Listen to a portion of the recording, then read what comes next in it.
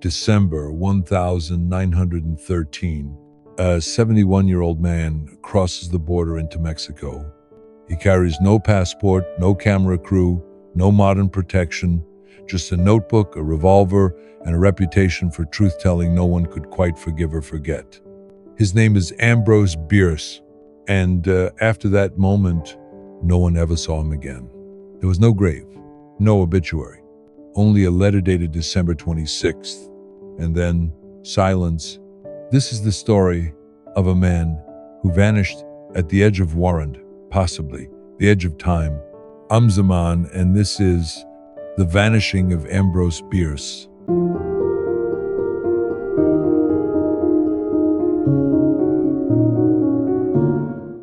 Ambrose Bierce was born in 1842 in Meigs County, Ohio.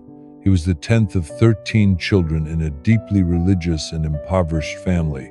His parents, Marcus and Laura Bierce, valued learning and scripture in equal measure, though the home lacked warmth.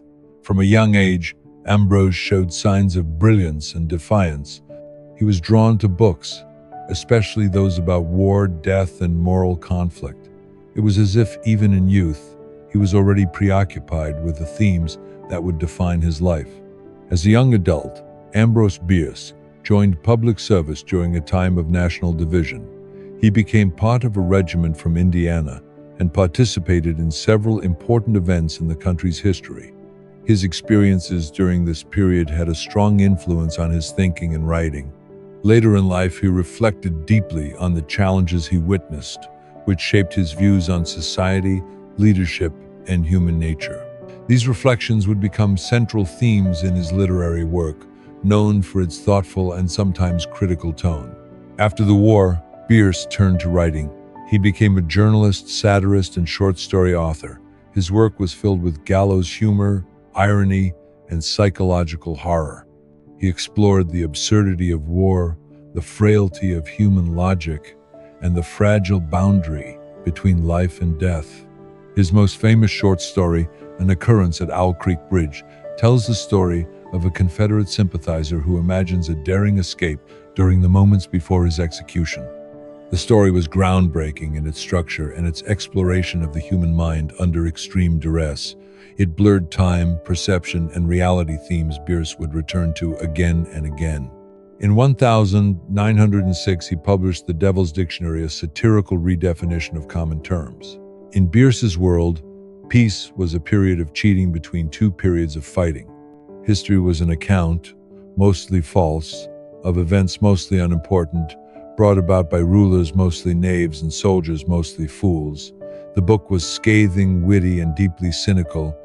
It earned him praise, ridicule, and enemies in equal measure. By the early 1900s, Bierce had become increasingly isolated. His marriage ended in separation. One of his sons died in a violent altercation. The other became estranged. Bierce's friends died or drifted away. America, now entering the 20th century, seemed to him filled with empty optimism. He continued writing, but with less frequency. His tone grew darker, more fatalistic. And then in 1913, at the age of 71, Ambrose Bierce announced that he was going to Mexico. At the time, the country of Mexico was undergoing a period of major political change. Leadership had shifted, and various groups were working to shape the future of the nation.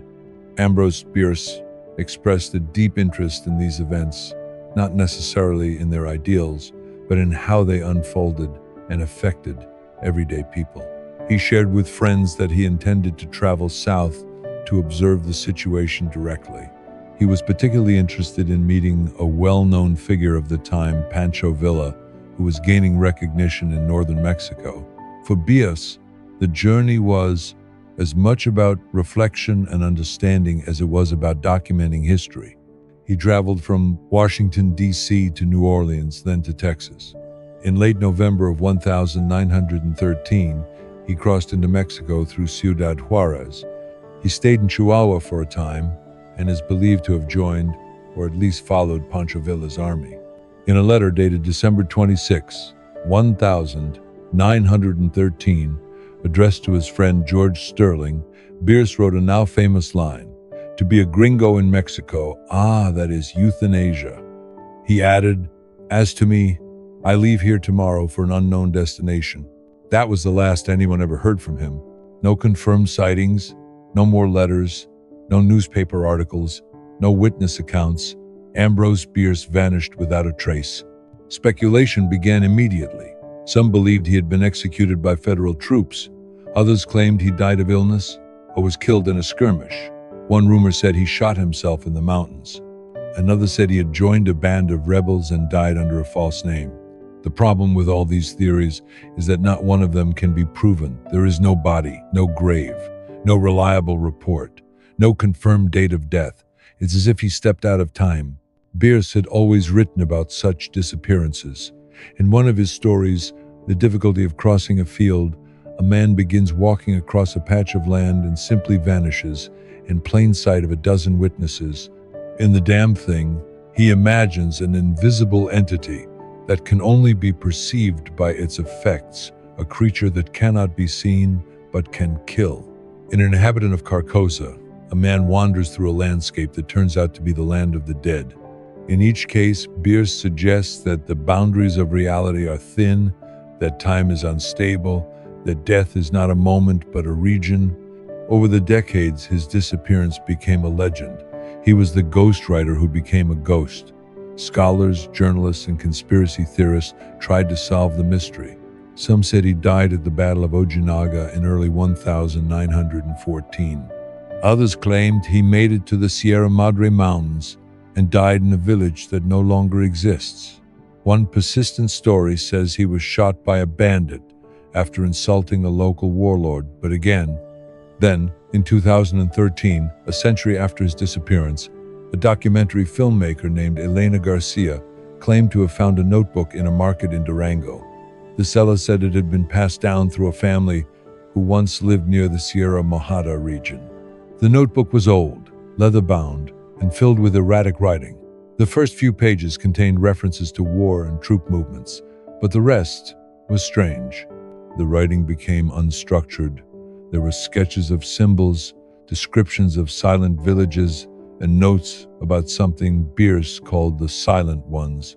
He wrote of a place where no sound could exist, of people frozen in motion, of a city made of metal that seemed to rise and fall in a single day. A final page, barely legible, read, "They do not kill, they unwrite. Time does not give refunds." Handwriting experts were divided.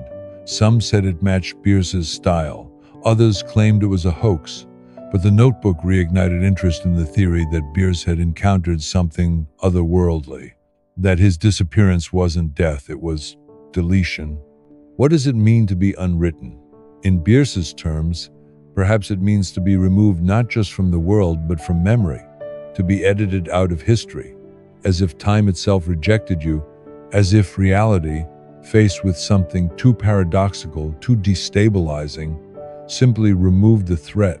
That idea aligns with his stories, where characters become unstuck, where reality bends under the weight of contradiction. One theory that emerged from the notebook was that Bierce had discovered a breach in time, a place where the normal rules did not apply. The notebook refers to a location in the mountains, a cave with metallic walls, humming with energy, a kind of temporal anomaly. The Silent Ones, he wrote, were not gods or aliens or machines. They were archivists, beings who maintained the structure of time by removing inconsistencies. Bierce believed that he, by virtue of his knowledge and his writing, had become one of those inconsistencies. Was this metaphor, madness, or confession? In the years following the notebook's discovery, hikers in that region reported strange phenomena: a sudden drop in sound, static on recording devices, shadows that didn't match the angle of the sun. Nothing definitive, but nothing easily dismissed either. And always the phrase "time does not give refunds." What happened to Ambrose Bierce may never be known, but perhaps that's what he wanted. His final years were those of a man seeking a punctuation mark, a clean ending, not a slow decline, not a hospital bed, not the forgettable obituary of an old man. He wanted a mystery. or perhaps to become one. In Vanishing, Bierce achieved a kind of literary immortality. He became the subject of stories, of speculation, of art and inquiry. His disappearance became his final act of authorship. A man who spent his life exposing the lies of war, the hypocrisy of faith, and the fragility of truth, exited the world without explanation. Perhaps that was the ultimate satire, a man of brutal clarity, leaving only questions. He once wrote that truth is elusive, always just out of reach, that the more we pursue it, the more it retreats. That certainty is the lie we tell ourselves to stay sane. Ambrose Bierce lived without that lie. He walked willingly into chaos, and in doing so, he became something more than a writer. He became a myth. And so, more than a century later, the question remains, did Ambrose Bierce die in the chaos of revolution? Did he choose silence over spectacle? Or did he, in the end, become the very thing he wrote about? A man unmoored from time, vanished into myth, unwritten from history? Perhaps we'll never know.